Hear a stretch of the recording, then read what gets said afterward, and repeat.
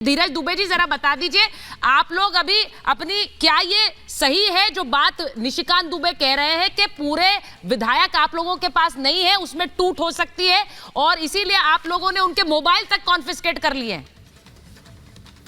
Same आज पूरा देश यही बोल रहा है। हाँ। सेमफुल हरकत, राजभवन के माध्यम से झारखंड को अस्त व्यस्त करने का कोशिश, जबकि परेड कर चुके हैं। जिस दिन माननीय मुख्यमंत्री हेमंत सोरेन जी को गिरफ्तार किया गया था उसी दिन परेड कर चुके हैं विधायक, अभी भी सर्किट हाउस में बने हुए हैं।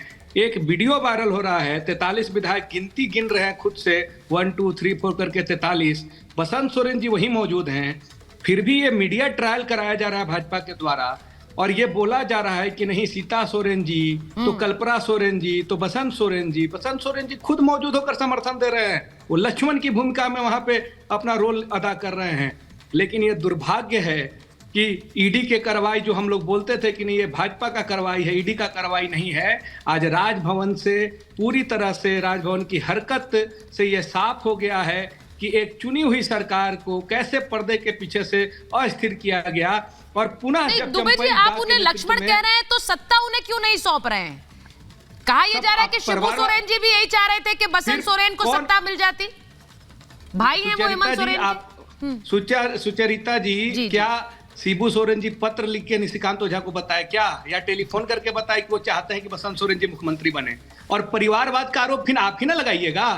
सर हमारी पार्टी ने तो एक साथ 2 मैसेज दे दिया कि लीजिए, आप जो हल्ला करते थे परिवारवाद, चंपईदा मुख्यमंत्री बनेंगे तो खुश होना चाहिए, फिर आप इस चिंता में क्यों हैं कि सीता सोरेन जी बनेंगी कि बसंत सोरेन जी बनेंगी? बहुत बढ़िया बात है सर, मैं तो ये कहूंगी कि आपने चंपई सोरेन का चेहरा आगे करके एक पंथ 2 काज कर लिया है, क्योंकि वहां पर ये पता है कि जिस दिन हेमंत सोरेन या परिवार का कोई व्यक्ति दावा ठोकेगा वो हट जाएंगे उनके, ये चंपई सोरेन के बारे में कहा जाता है। और दूसरी परिवारवाद की छवि भी, परिवारवाद की छवि पर भी आप लोगों ने हमला कर दिया। ये अच्छी बात है सर, ये अच्छी बात है, लेकिन क्या, लेकिन एक सेकेंड, आप थोपिए मत ना। हम तो कल भी एक बार और डिबेट में मैं बोला कि आप थोप नहीं सकती हैं कुछ चीजों को। नहीं मैं कहा जो होगा वो आपके सामने मैं कुछ नहीं थोप रही हूँ। मीडिया पिछले दिन डिबेट पर थे तब आप कुछ ऐसा कह गए थे कि आप खुद गिर गए थे। एकदम निष्पक्ष रहिए, ना उस दिन आप खुद गिर गए थे। आपने कहा था पार्टी जायदाद वाली बात कह दी थी, मैं उसे दोहराना नहीं चाहती हूँ। सीएम पद को जायदाद कह दिया था आपने, मुझे याद है अच्छी तरह, मेरे व्यूअर्स को भी याद होगा। वही सीएम के चेहरे पर, वही मुख्यमंत्री के चेहरे पे 30 सीट झामू मोलाई ना, वही हेमंत सोरेन जी के चेहरे पर। बिल्कुल ठीक है, लेकिन अगर हेमंत सोरेन नहीं है तो वहां कौन बैठेगा ये तय कौन करेगा? मैं सिर्फ ये कह रही हूँ विधायक दल तय करेगा या फिर हेमंत सोरेन अकेले तय करेंगे? सवाल ये था। मैं एक बार, आप हमारे और आपके कहने से बदलता नहीं है। हाँ ठीक, आप ठीक कह रहे हैं। मैं एक बार मैं जरा स्टूडियो में आना चाहती हूँ। जरा मुझे बताइए अवधेश जी, मैं भाटी जी के पास जाऊं उससे पहले जरा ये बताइए, जो इन्होंने बात कही वहां पर इस वक्त संभावनाएं क्या दिख रही हैं? राज्यपाल नहीं बुला रहे हैं, वहां बीजेपी ने भी अपने प्रोएक्टिव होकर अपने नेता उतार दिए हैं और इस वक्त वो इंतजार कर रहे हैं जेएमएम के हमें बुलाए। देखिए, बीजेपी ने उतार दिए हैं, लेकिन बीजेपी सरकार बनाने का दावा नहीं पेश कर रही है। बीजेपी ने नहीं कहा है कि हमारी सरकार बन जाएगी। और मेरी अपनी समझ है, झारखंड में यह स्थिति भी नहीं है कि पैरेलल कोई भारतीय जनता पार्टी इस समय सरकार बना सके। लेकिन विपक्ष की पार्टी है, वहां अगर एक अस्थिरता किसी कारण से आई है तो वहां तो वो एक्टिव तो रहेगी।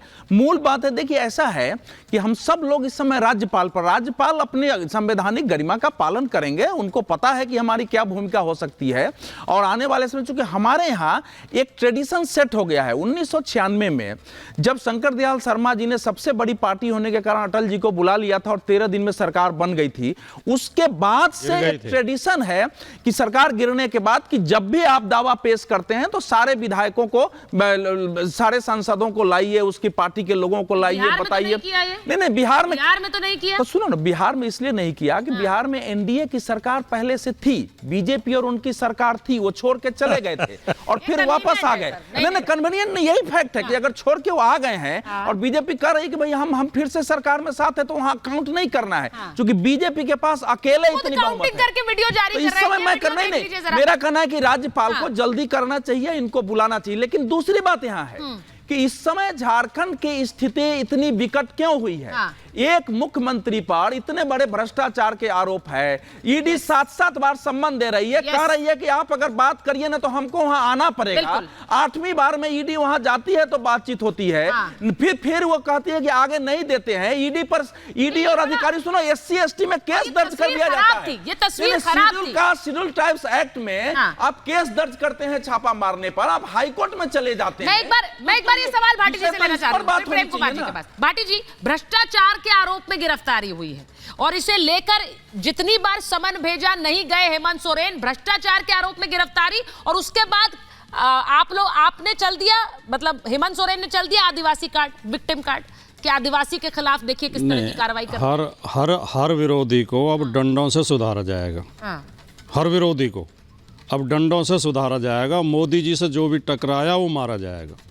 ये समझते हैं कि मोदी से उलझना खेल है। ऐसे पाजी का ठिकाना घर नहीं है, जेल है।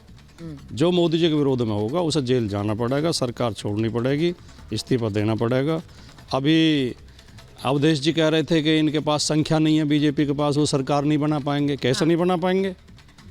जब चंडीगढ़ में 16 वोट होते हुए वो सरकार बना सकते हैं, 36 में से 16 होते हुए 20 उनके खिलाफ हैं, तो बना लेंगे, और इसमें बना लेंगे। अब कोई नियम कानून थोड़ी बचा देश में। देखिए भाटी जी, ये वाला आरोप आप लोग लगाते हैं। नहीं, हम लगाते हैं, वो तो सारे, वो तो पब्लिक डोमेन में है साफ। तो आपको लग रहा है कि एक जो रिटर्निंग ऑफिसर है वो करता हुआ दिख रहा है, उसमें जोड़ तोड़, वो बैलेट पेपर में निशान बना रहा है। एक मुख्यमंत्री ने कुछ नहीं किया होगा, उसको ईडी ले गई, उनको गिरफ्तार कर लिया, वो क्या बिल्कुल पाक साफ रहे होंगे? और तब एक सिटिंग चीफ मिनिस्टर पर हाथ डालेगी ईडी? पाक साफ का उदाहरण देता हूं। आपको लगता है एक सिटिंग चीफ मिनिस्टर पर हाथ डालेगी ईडी अगर कुछ ना किया हो? 4.55 एकड़ सेना की जमीन बेच दी गई, पूरे राज्य में लोगों की अरेस्ट। अवधेश जी, पाक साफ का एक उदाहरण देता हूँ, बहुत छोटा, बहुत संक्षिप्त। माननीय आजम खान के खिलाफ इनकी सरकार ने 90 मुकदमे दर्ज किए, जिनमें से 50 कोर्ट में जाकर खत्म हो चुके हैं क्योंकि उनमें कोई सबूत नहीं मिला। कल ही एक मुकदमे बरी हुए, 15,000 रुपए की लूट का मुकदमा था। पहली बात तो कौन विश्वास करेगा आजम खान ने लूट की होगी? 15,000 रुपए की लूट का मुकदमा। कल ही MP MLA कोर्ट ने अपने फैसले में लिखा है कि लूट का कोई सबूत नहीं मिला, ये घटना हुई नहीं, घटना होने का ही प्रमाण नहीं मिला। अब जब जंगल राज चल रहा हो, जब चारों तरफ अन्याय अत्याचार चल रहा हो, तो कौन क्या कहे? अब वो जो 2 साल परेशान हुए, जेल में रहे, तारीखों पे घूमे, उसमें वो परेशानी का क्या मुआवजा होगा? अब आप मुकदमे लिखे जा रहे हैं, जो भी विरोधी है, किसी को ईडी से फंसाया जा रहा है, किसी को मुकदमे में फंसाया जा रहा है, किसी को इनकम टैक्स से फंसाया जा रहा है, किसी को CBI से फंसाया जा रहा है। के शर्मा जी, आप जवाब देना चाहते हैं? उससे पहले प्रेम कुमार जी के पास जाऊं। वो कह रहे हैं सारे फर्जी मुकदमे, ये सारे फर्जी मुकदमे, इनमें कोई तथ्य नहीं है। नहीं सुचेता जी, मुझे ये बता दे भाटी साहब कि इसी झारखंड में कांग्रेस के सांसद के घर से 500 करोड़ रुपए जब्त हुए। 500 करोड़ रुपए ईमानदारी के हैं भाटी साहब, हरिश्चंद्र की कमाई है वो। आप तो जवाब वो देगा, मुझसे बताओ। पार्थ चटर्जी के यहाँ से, पश्चिम बंगाल से गुलाबी नोट, ये तो आप तो साइड उन्हीं की ले रहे हैं कि फर्जी मुकदमे हैं। भाटी जी, चैनल ने दिखाया ना। नहीं, मैं तो उदाहरण देकर बाकायदा तथ्यात्मक बात आप सुनिए। नहीं भाटी जी, आप आजम खान पर बोलते हैं तो ठीक है, वो आपकी पार्टी के नेता है, लेकिन अगर आपने ठेका ले लिया JMM के नेता को भी बचाने का, बाकी पार्टियों के नेताओं को भी बचाने का, आपको नहीं पता आप कौन सी कौड़ी मोल ले रहे हैं? आपको नहीं पता है इस मामले में क्या है? हेमंत सोरेन को केवल बीजेपी विरोधी, मैं आजम खान की बता रहा हूँ। अगर नीतीश कुमार पलटी ना मारते तो नीतीश कुमार भी जेल में होते। MP MLA कोर्ट ने कुमार को फंसाया जाता। ये खेल इस देश में चल रहा है। सुन लीजिए, आजम खान, सुचेता जी। हाँ, बोलिए जवाब दीजिए। इतना परेशान मत होइए, इतना परेशान मत होइए। परेशान तो होना पड़ेगा, आपने देश में लोकतंत्र खत्म कर दिया। हुई है या नहीं हुई है? परेशान तो होना पड़ेगा। न्यायालय, हाँ, लोकतंत्र तो हमारे समझ नहीं खतरे में साहब। जब छाती पीट पीट के मुलायम सिंह घूमते थे कि यही कांग्रेस की पार्टी CBI और इसके माध्यम से मेरे ऊपर दबाव बना रही है, तब तो आप कांग्रेस के रास्ते पे जा रहे हो। मुलायम सिंह क्या झूठ बोल रहे थे? आप कांग्रेस के रास्ते पे जा रहे हो। आपकी आदर्श कांग्रेस है। घूम घूम के आरोप लगाए ना आप लोगों ने। आप कांग्रेस से प्रेरणा ले रहे हो। नहीं, आपकी आदर्श है, आप कांग्रेस के रास्ते पे आदर्श है। इसी आदर्श कांग्रेस ने किया वो याद करोगे। दुबे जी को इसलिए कह रहा हूं कि आप ये कहते थे, आप ही यही बात कहते थे ना कि ईडी और CBI जो है हमको धमकी दे रही है कांग्रेस के जमाने में। नहीं, मैंने यही कहते हुए मुलायम सिंह घूमते थे। और यही नहीं, आप तो, आपके आदर्श ऐसे हैं कि आपसे समर्थन लेके आप दरवाजे पे, चौखट पे सोनिया गांधी के पैर रगड़ते रह गए मुलायम सिंह, और समर्थन तक नहीं लिया, दुत्कार के बाहर कर दिया था 2009।